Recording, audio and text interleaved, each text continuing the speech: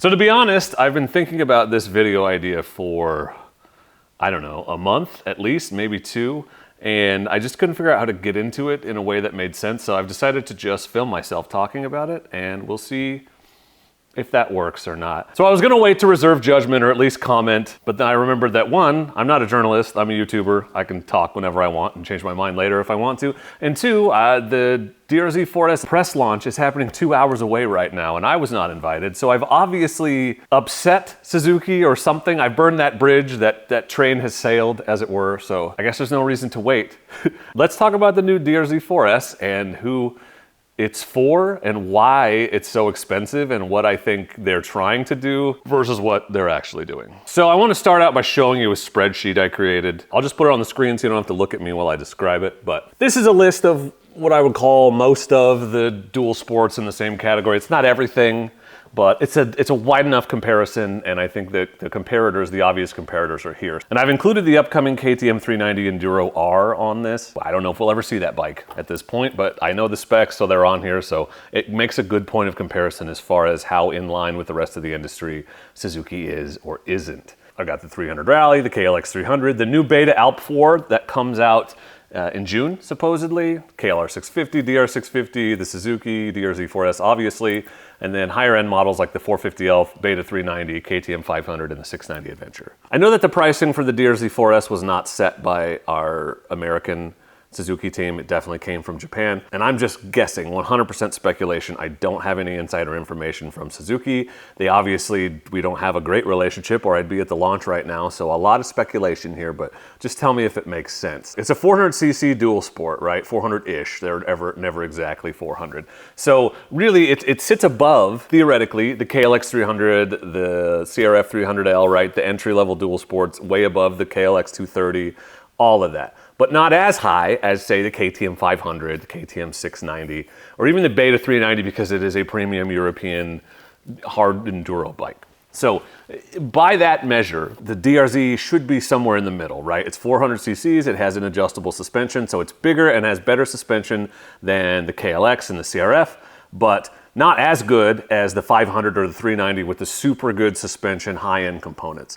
And if you look at this list and where it falls, the DRZ4S is right in the middle at $9,000. If that is the bike they think they've made and that you're buying, then it makes sense at $9,000. We're annoyed because $9,000 is much higher than the previous price point, which I felt was too high in the first place for a bike that has not been changed or hadn't been changed in 2 decades. The other argument to be made here is that they didn't really change it that much. They added EFI and they added electronics, but they didn't bother to fix the most common complaint, which is the 5-speed. I haven't ridden it yet. It's hard to say if they've made enough gearing changes to make it more compatible or comfortable on the highway. I did ask when I saw them at AIM and they said that it makes more power, so it's not at as high an RPM on the highway, theoretically. Reserve judgment, I'm not evaluating the bike, I'm just evaluating its place in the industry. By that measure of it being in the middle of the pack, $9,000 is not outrageous. However, when you start comparing it to comparable bikes with feature for feature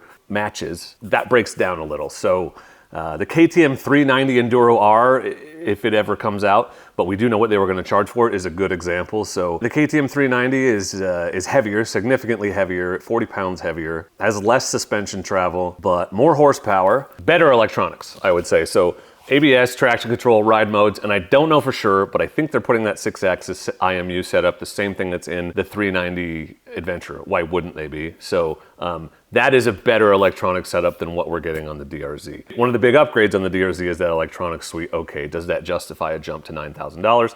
Well, not necessarily in terms of comparators because the 390R is supposed to be $5,500. That's a little over half the price, 60% of the price, roughly. Another comparator there is the Beta Alp 4.0, the new sort of entry-level beta that's coming out in June. So they're coming out around the same time. They both have similar horsepower numbers, So the Beta is a 35 horsepower, the DRZ4S is 38 horsepower, the Beta is 20 pounds lighter, is not adjustable suspension. So the suspension is preload only, that's important, but it does have traction control, ABS, ride modes. It has all the same electronics that DRZ4S has. The only difference is adjustable suspension, and it is $2,500 cheaper, and it's a European bike versus a Japanese bike, which typically those European bikes are more. So is fully adjustable suspension worth $2,500?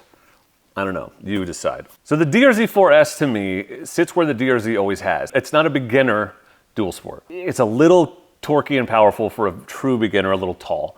But it's not the hardcore advanced hard enduro bike like a KTM 500 EXC-F or the Betas. It's not for that crowd either. It sits in the middle. It's for the experienced person who wants a Japanese dual sport, Japanese reliability with a decent amount of power and doesn't mind a little extra weight. And that is a very narrow market, and I don't think they've done a great job communicating that.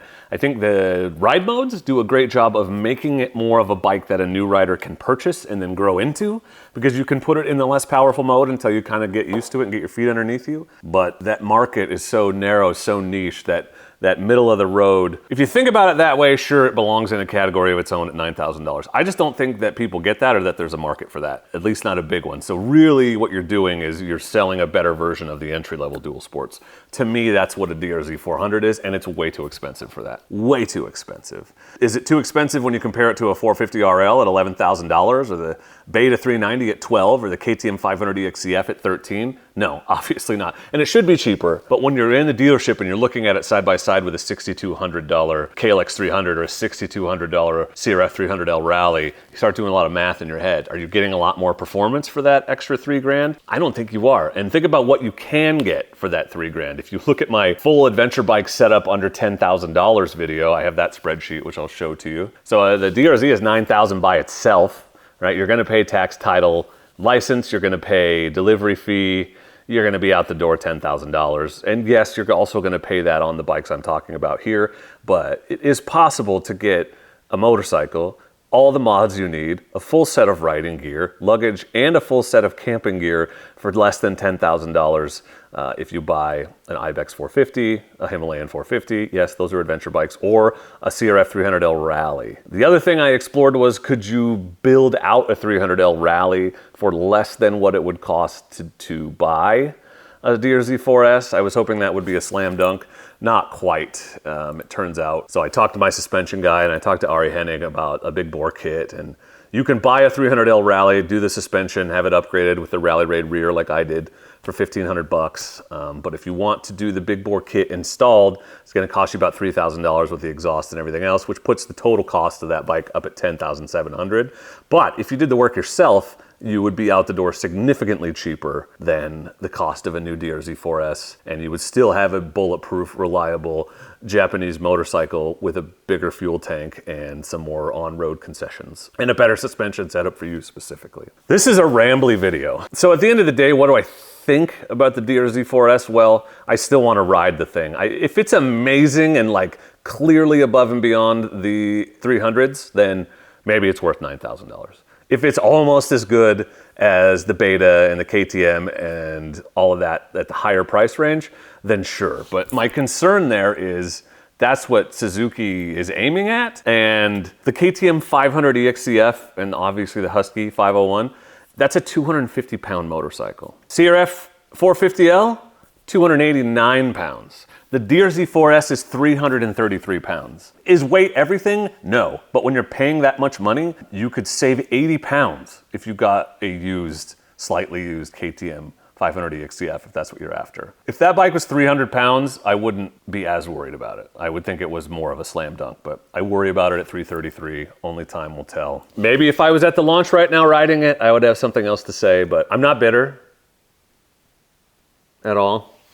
Clearly, either Suzuki doesn't know or care who I am, or I pissed them off with some of my previous posts. Don't know, but I guess that frees me up to say what I really think. And right now, I do see an argument for it being $9,000, but until I've ridden it, if it's not head and shoulders better than the 300s, I don't see why you can charge $9,000 for it. I think it's too much. If that bike was $8,000, we wouldn't be having this conversation. We wouldn't. We'd have forgiven them a $500 or whatever price upgrade for everything they put into it. But a lot of the old tooling and factory setups is still working. The transmission's the same, right? Like, it's not fully redesigned. It is pretty redesigned. So only time will tell. I hope I get to ride one.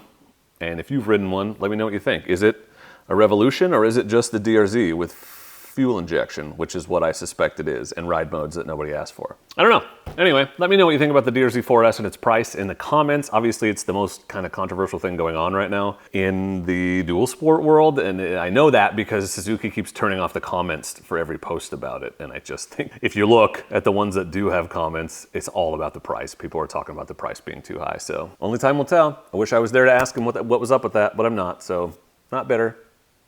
I'm a little bitter. It's fine. Entitlement. I have some entitlement, clearly. Anyway, I'm gonna go. If you want to hear me ramble about other types of motorcycles and stuff, please consider subscribing to the channel, because I'm the dork in the road and I want to be your internet riding buddy, and I'm better than your regular riding buddies because I come with the mute button. Thank you for watching, and please do not forget to be excellent to each other. Thank you. Excellent!